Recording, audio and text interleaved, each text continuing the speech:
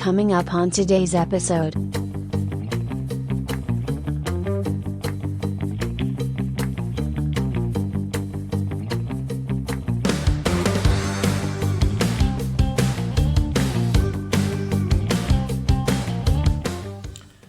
Good morning, YouTube. Here with you at the chair in the living room once again. This time to give you some background on what I'm doing as far as Linux and a video editor is concerned.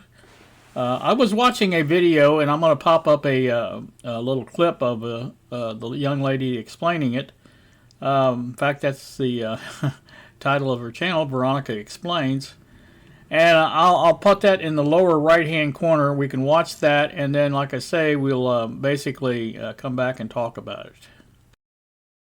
Every day, I get comments saying that I must be using a Mac or a Windows PC to make these videos.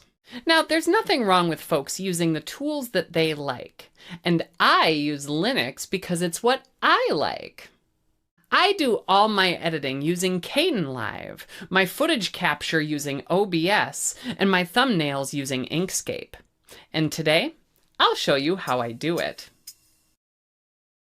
Okay, now that you've heard her little intro there, and I will put the link to the full video in the description below so that you can watch it. It's a good video. It's worth watching if you're interested at all in Linux and Kdenlive. So, like I said, it got me to thinking about how long I've been using Linux, and basically, like I said, it's just been using Shotcut all that time. And now, don't get me wrong, Shotcut works perfectly fine, and I'm happy with it. But, you know, if there's something I'm missing from not using a different editor, I'd like to know about it. So, I want to basically check it out and do that. And over the next few days, I'm going to be doing that. I've already done one kind of a major video on it, but I decided not to use that because it didn't turn out like I'd planned. It takes some time to learn the new video editor. I mean, I don't know, people say, you know, you're used to using video editors, you can use any of them. Well, everyone's got their own quirks, and Kdenlive is no different. And the last time I tried this, which again was basically a few years ago when I first started using Linux, I tried several video editors out. Kdenlive was one of them, and at that time it was rather buggy. And I kept having the computer would crash and you have to start over and things like that. And I thought, well, I'm not going to use that. And that's why I went to Shotcut. Shotcut was very stable and it didn't crash the computer and worked well. So. But like I say, it's time to give it another shot, and that's what I'm going to be doing over the next few days. This video itself is going to be edited with it. Now, I played around with it the other day, trying to get my little intro working with it, and it's not too bad. I've got most of it done, but I need a little tweaking yet to finish that. But again, that can be done easily, so no problem there. So, like I said, this girl explains that, and then of course, she uses OBS, and I think she said Inkscape for the thumbnails, but I have my own way of doing those as well, so I'm not interested in that too much. But the Kdenlive, like I said, it seemed to be, you know, something I might want to play around with. So, anywho. One of the things I did to make a video was I took a trip. I'm not going to spoil it for you or tell you much about it, but I spent yesterday morning doing the trip, and basically it took, I think I left here about 8:30 in the morning. I used the dash cam, can't never think of the name of it. You know what it was. Rexing. There it is.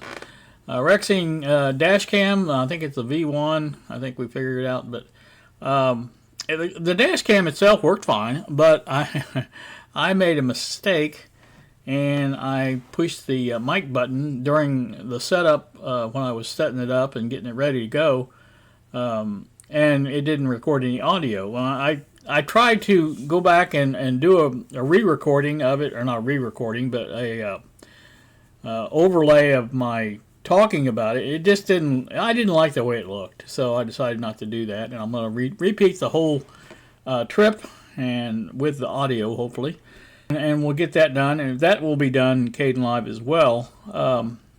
So if I like the results of these videos that I'm going to be doing, I probably will continue using that. So at least for a while, and if something comes up, or you can always tell when you're using a program. You come up against a hard stop, and sometimes that's just the writing on the wall, as it were, that you're not supposed to be using that. So if that happens, I'll stop using it. But like I said, I haven't even got to the point where I'm even going to use it yet. But like I say, it will happen or it won't happen. One of the two.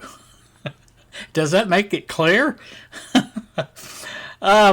So other things going on around here. I thought, this is a good time to do a little update. Hadn't made a video in a couple of days.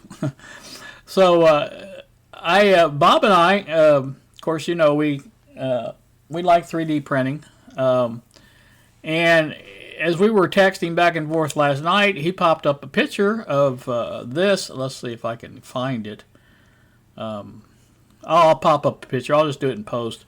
Of a 3D printer, and it's one that he's been waiting for to come along for our business to buy, so that we'll have a better 3D printer to print our cases and things that we print for the business. And so it's a good price. I think $249, I think is what it is.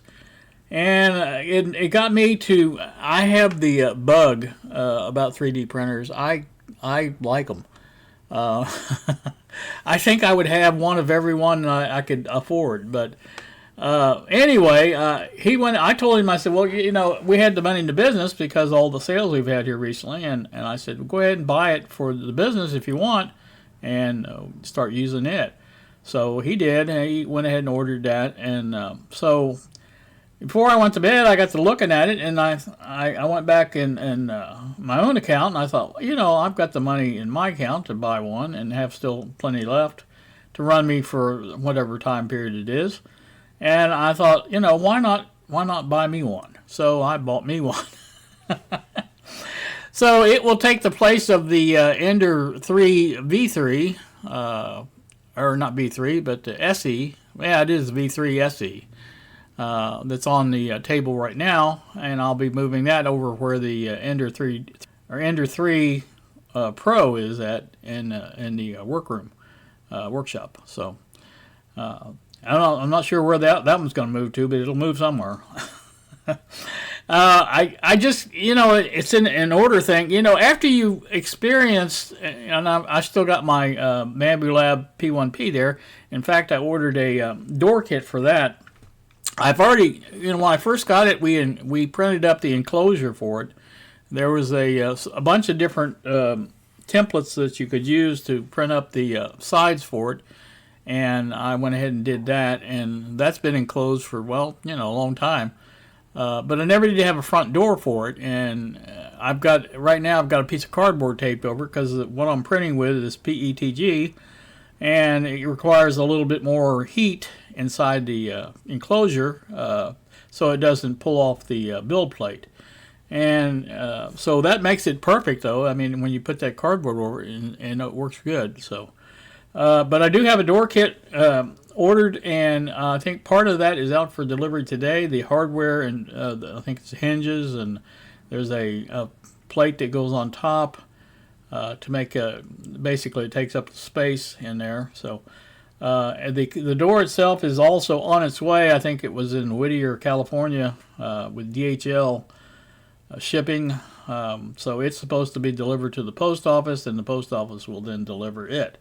So that's things coming along there for the 3D printer. Also bought another camera. This one is a, I guess you call it a IP address, IP camera. I don't know. Well, anyway, you're supposed to be able to watch it over the screen on the computer, and I haven't figured exactly how to do that, but I can get it on my phone. In fact, I will pop it up now and make a picture of it, and let's see if I can do that.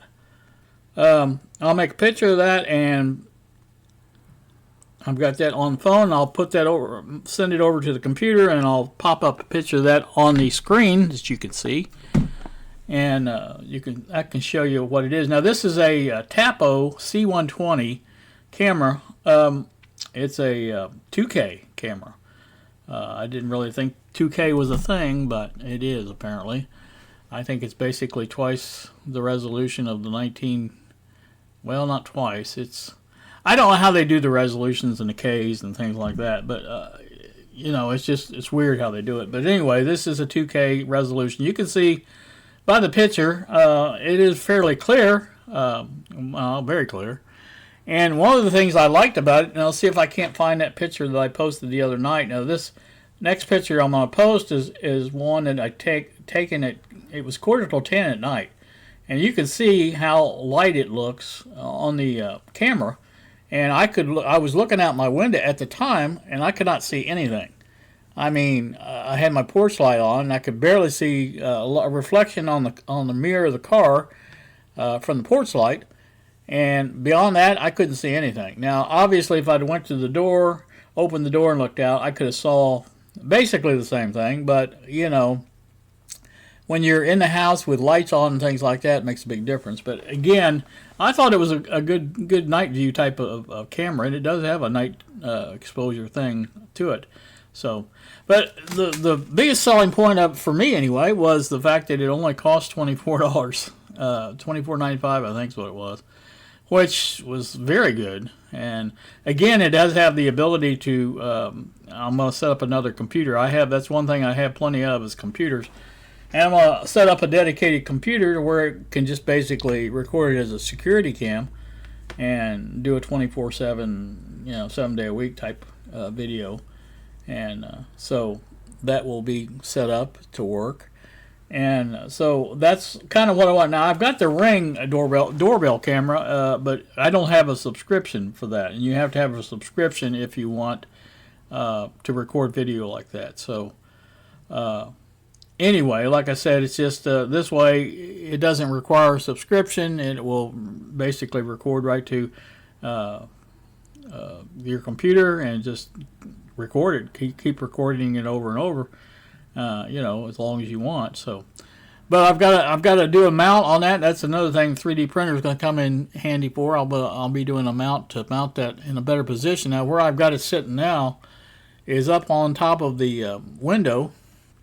You know how window sashes are. They've got one that rides on top of the other, and it's where they meet there is where it's sitting in the middle. And like I said, I want to put it in a better position. I'd like to get the full porch if I could, but again, I don't know if that's going to be possible or not. We'll see. But like I said, it was for the price and everything. I thought it was a good deal, and it works over Wi-Fi. It plugs into USB for power, and it does have a nice long cord to it. So anyway, that's what I'm doing this morning. Bob's off at laundromat doing his laundry. So he sent me I'll pop that picture up. He said no pod people are allowed or something like that. I can't remember what he said, but it was funny. So he's out doing that, and like I said, I thought, well, I'd play around with this Kdenlive a little bit while I was messing around and not doing anything. And like I said, I think I might have mentioned that I've got my little intro working somewhat. I've got to tweak it some more and get it perfect, but it's working pretty good. It wasn't hard to set up. I'm picking it up pretty good. Sometimes I have to get on Google and find out how to do something. But other than that, it's working pretty good, and happy with it. Now, I don't know if all the pictures that I popped up, including the video of the girl explaining it, were done in post or done in the video editor itself. It wasn't on here. All I'm looking at is a screen. Of course, you see the time up there changes, so I am doing a screen recording. And that's all I'm doing now. When the girl explained about her part, I ran a separate video of that in the background. You won't see it or hear it. But like I said, it gave me the time frame to where I know when to start talking again, and stuff like that. Which, you know, it's tricks that you learn if you're making videos. You learn tricks to how to do things. But so enjoyed that. Like I say, this trip I'm looking forward to repeating. I'm going to do it, I think, either next Tuesday or Wednesday. Weather-wise, looks like good days. Now, yesterday it was fairly warm in the afternoon. Now, it was nice when I did the video because it was still... I had the windows in the car just cracked about an inch on each window. And that gave me plenty of... As long as you were moving, that gave you plenty of air, and it didn't have too much... At that time, I didn't know the audio wasn't working, so I was talking my full head off about this and that. But I thought this was a trip that I'd wanted to do for a long, long time, and Bob and I had been talking about something on Monday morning that reminded me of that. And so I decided to go ahead and do it, and I did. It brought back a lot of good memories, and you'll see when I post the video that what it's about and things like that.